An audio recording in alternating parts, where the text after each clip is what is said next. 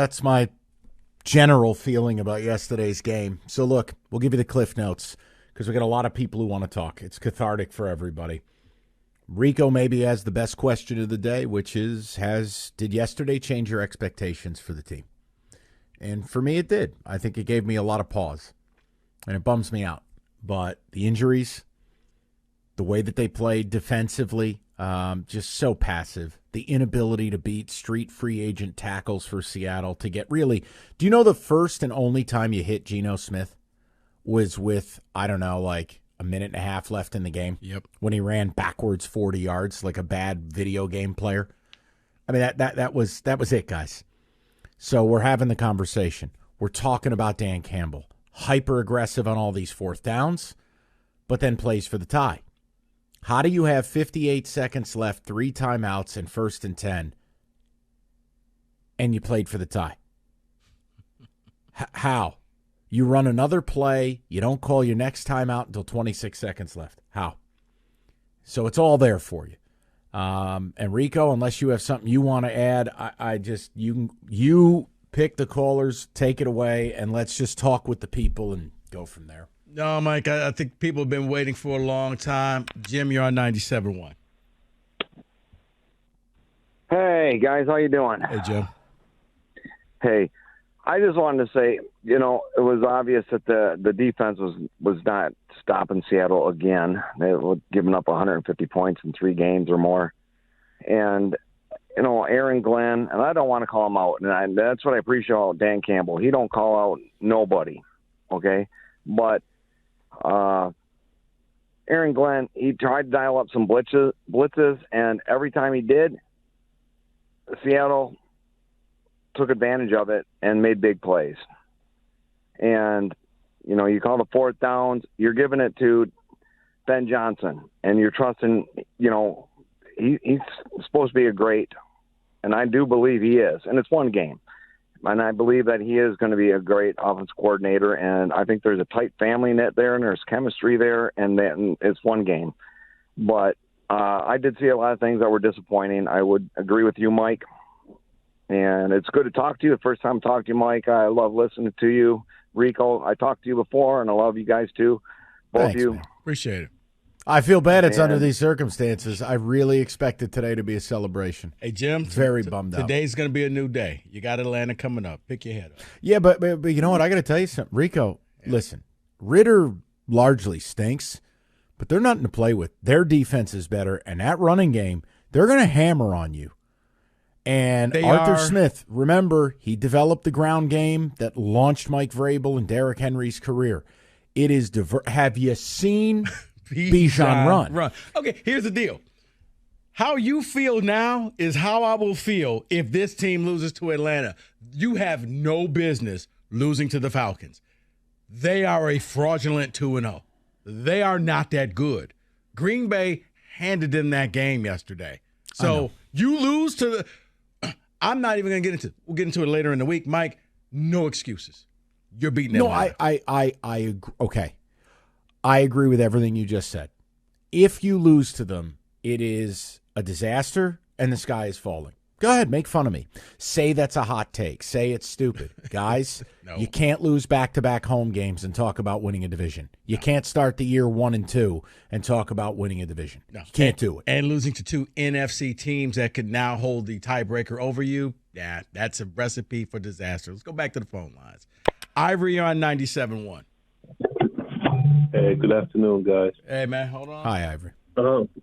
Hey, I called Doug and Gator's show about the Lions, and so I guess time-wise, I'll talk about something different because there's so many things for me to unpack in regards to this game. But the important thing, it's like I said to them, keep the same energy. If you're going to be an aggressive coach, be an aggressive coach. But what I really wanted to talk about real quick was the defense and Brad Holmes. I'm starting to. I hope they're not getting to the point where they're just. I understood why they drafted Sewell over Micah Parsons and everything, trying to get a franchise left, tackle.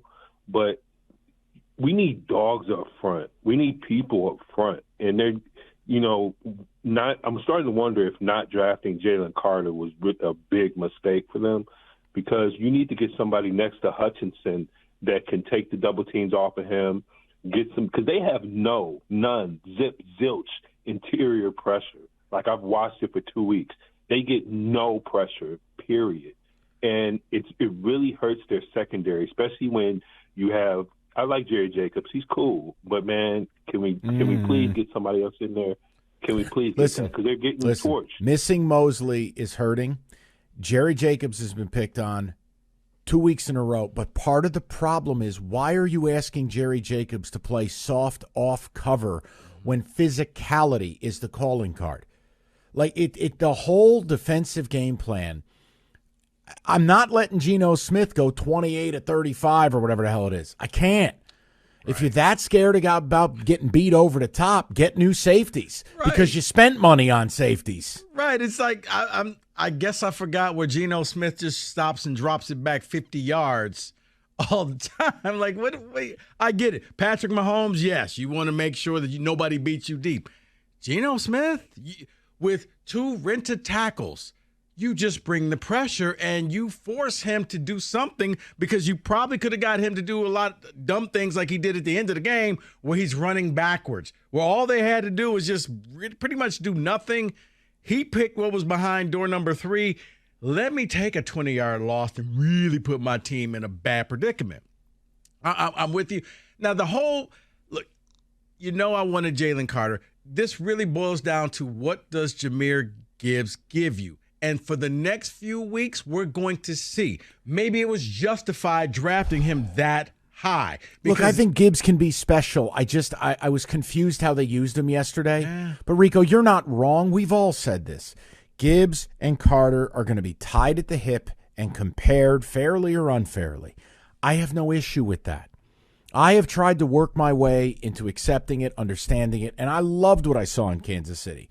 I know there's an Alvin Kamara type player there, but if you're not going to use him in that way, if we're not going to be attacking teams down the field with him, if you're not going to find creative ways to get him the ball, and I'm looking at some 3 and 4 yard catches, I don't know what to tell you there. I won't win that argument. No, here's the beauty of it. You've been playing him like a luxury. Now you have to play him like a necessity. So instead of little cutesy things, hey, look at our brand new toy. No. Now he's got to go out there and get at least 25 touches a game, plain and simple, or you've wasted a pick. It's why you don't. It's. Hey, we'll let it play out. And then you had the audacity to mock us in a Lions PR thing. 248-539-9796. What?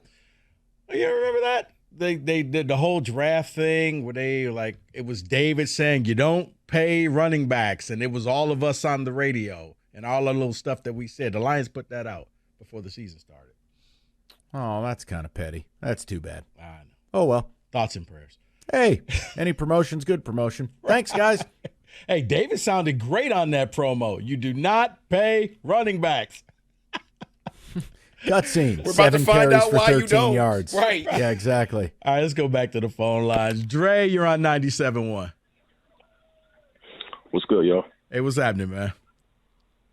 Yeah, nothing much. I'll try to be as quick as I can. After I've gone through the huge emotional roller coaster I had yesterday, I would not sound the same. Well, I probably sound even more down yesterday. I was angry. I was upset, disappointed. Everything you think Lions fans would feel. And I'll try to take a step back. And this is not to put an excuse on the performance. I was deplorable. I think Aaron Glenn has some serious self-identity questions he needs to answer in terms of Seattle. But you guys know in the story of sports, for whatever reason, there are some teams that have your number. Mm-hmm. And maybe in the grand scheme of things, Seattle just has the number. You know, that there's something about Aaron Glenn's defense that they figured out a couple of years ago, a hole in his scheme, and they're able to exploit it every single time. Now, that doesn't excuse Glenn, because your job to figure out what they figured out about you and then readjust. But right. I'm trying not to get too emotionally swayed to, oh my God, they suck. Our season's over. I'm trying to stay in the moment. And as disappointing as it is, I still do believe that this team has the makings to have a good year this year. Now, In terms of the injuries, I'll go to the decision making. I think part of the reason why they weren't too aggressive in the red zone that last drive goes to something that Mike has been bringing up. They don't have a big red zone threat. That a guy that that the defense knows you're going towards the end zone, and that because due to their size or speed, they have to account for that. The Porter probably is their biggest red zone threat. So I think that's part of the reason. I made a decision a long time ago not to get too up and down about Campbell's fourth down calls because I realize it's a high wire act, and you're just going to have to ride that wave. And man, it's really disappointing, given the circumstances, the crowd coming off the Kansas City win. But you know what? This Sunday, you handle your business versus the Falcons, and dare I say, if you're able to get Green Bay at the end division game, find yourself 4-1. I think we're all feeling a lot better. So. We are, but understand something now. By losing that game in the fashion you lost it, Dre, you know this. If they lose this game to Atlanta, all the rats are coming out of the woodwork. And the SOL stuff and all of it. And on a real side, if you open up 1-2 and losing 2 NFC home games, you're not who we thought you were. No. Period. No. Period. No, all the hype, everything that you've been reading, everything that everybody's been saying, you know what it is? Uncle Lenny is back.